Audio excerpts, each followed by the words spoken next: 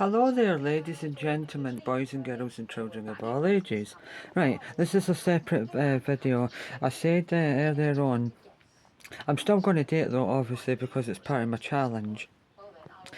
But I've decided to watch Plebs. That was, I think, maybe originally on ITV2 or something, right, back in the days, whenever it was. And anyhow, I've watched enough on TV to know that it's quite good or interesting. But definitely isn't funny in any way, shape or form. But the character Grumio, who's a servant to like one of the main characters. I mean, Grumio is one of the main characters as well.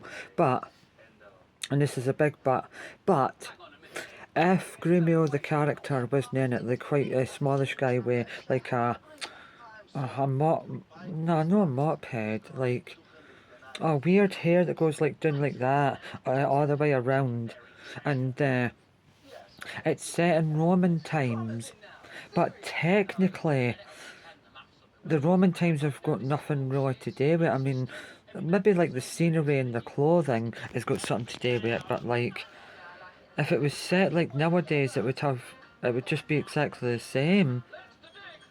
I mean, in like series, I think 1, 2, and maybe 3, there's like a guy with like a bit of like dreadlock slash afro, and he like they're walking past a building site, and a guy's struggling to pull something up on a rope like a big rock, and it falls on and falls on him, and that's how his character like leaves the show.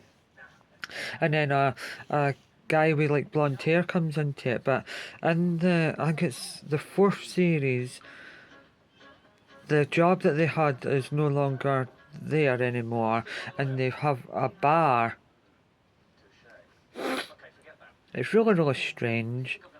But the thing is, though, you could watch like the third episode of series 1 and then the third episode of series 5, and you would still get it because it's all higgledy piggledy. It's quite strange actually, it's hard to explain. It's basically a bit like three youngsters that are trying to make a living in Roman times and stuff like that, and but when that guy with the dreadlocks, well, afro slash dreadlocks, carks it, and then they didn't explain how they lost their job, whatever it was. It's just really weird. It makes no sense whatsoever. I mean, definitely, like show wise to character wise, Grumio saves that whole show completely. If his character died halfway through, I wouldn't watch it after that because his is just legendary. The way he talks, the way he pronounces words, the impact of his facial expressions. I mean, his character is a servant, but sometimes like breaks his fourth wall and doesn't obey his duties and stuff, and he's just absolutely hilarious. He's a really good actor in real life. His bread's buttered the other side, but that's neither here nor there. That doesn't matter, but he's unrecognisable nowadays though, because his character's so far away from him in real life, but oh, his character's masterful. Masterful. The only truly standout thing about the whole entire Plebs series is him. He should have had his own spin-off show. Aye, the Grumio show. See, if you can hear in the background. Wait there, I'll rewind it a wee bit. The impact how he speaks is incredible. Right. Right, so this is a bit where in this series, or this particular... Wait, right, he's got to speak in a minute. I can't show you for legal reasons. Right. Come on. Speak. Anyway, I'll just oh. Right, so anyway, in this particular episode, right, Grumio was sitting on the toilet and either well, thingied it out, or he's seen it on the ground, and it was like old Roman, like a circle thing, like a brooch or something, and they're getting investigated into it because they might have treasure under their bar. But it never explained how they actually got the bar and how they came across the bar. But anyhow, in this episode so far, they've decided to dig it up themselves because it would be cheaper. But in this particular episode, Sir Tony Robertson, Blackadder and Time Team, he comes into it and wants to get a team to investigate it. But they're no wanting to do it because they would take a cut of the profits. I've seen this episode before, but it's good. There is quite a few cameos. The one person at EastEnders makes an appearance in it. The woman that's in Coronation Street at the moment is Tyrone's gran. She's in it quite often. And stuff like that, but it makes no sense whatsoever. I've watched every single episode up to this point so far, and honestly, if you just watch like one episode for series one episode for 2, 3, 4, and whatever it finishes at, it doesn't really matter because it doesn't have a plot, or it doesn't have like an episode part 1 and 2. Honestly, if you just put they three guys together in the same scenario where they own a bar and try to just like live their lives making the bar work, and in today's life it would be no different whatsoever. I mean, technically, set in Roman times in their outfits make it a bit more better than what it actually is, but overall, it's good. Aye, aye. The first like 2 or 3 series though are absolutely filthy, but the after that guy with the black dreadlock slash what do you call that? Afro, that's it. Aye, so Afro slash dreadlocks. After he like walks past that building site and the big brick falls on him and he dies, that's when it starts to like have storylines where it's not as filthy. Aye, because he was just a filthy animal. Aye, but not in the burping, farting type way, just in the double entendre and innuendo type way, and always want to cop off with women. It was absolutely filthy. In fact, watching it for series 1 to series 3 all the way through, because I only seen bit parts, like when it first came out, I just couldn't believe how filthy it was. I mean, since the character got killed off to now, it's nowhere near as filthy as it once was. Maybe they've wanted to tone it down to make it better for a younger audience. I mean, I suppose the scenery and the clothing make it better than what it is and stuff like that. I mean, I just watch it because of Grumio. If they ever make new ones, or if they goes, but hopefully not.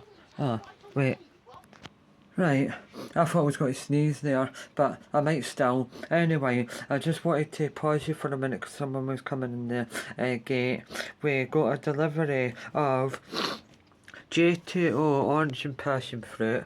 Not bad, but And Lucas aids a 12 case because we're running out of them a little bit. And what looks like, I'll put you in there the oh, aye, mandarins and orange jelly, aye.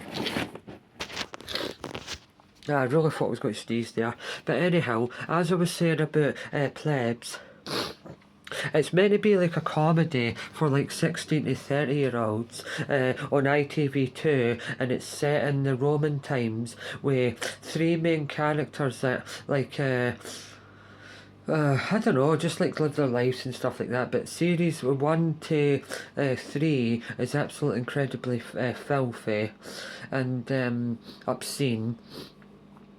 Because there's quite a lot of like nuki or rolling in the hay, shall we say, to keep it PG.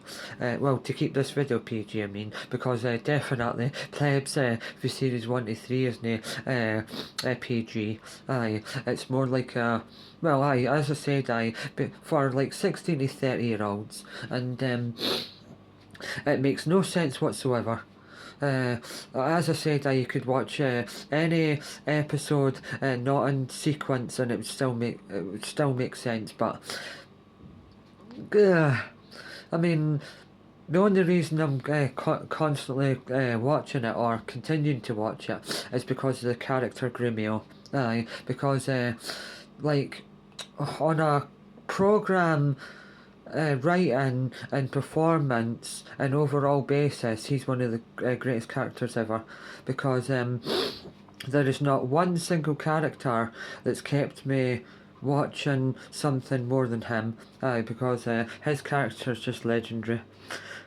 The bit at the very start is weird, when like they tell you like BC and then like whatever year, and then something afternoon, and then they talk, and then it'll go into like the intro, and it'll be like like series 1 to 3, they're dancing like on steps, and it's weird. The three main characters are doing wibbly wobbly like dances, and they go like that, and they silly dancing. It's quite funny. The music's quite good at the start, but aye, yeah.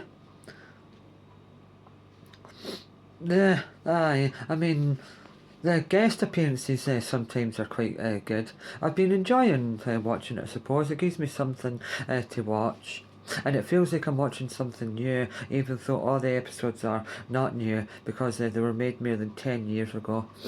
Probably even I don't know, about 13 years ago probably. But it has been fun revisiting, watching them all.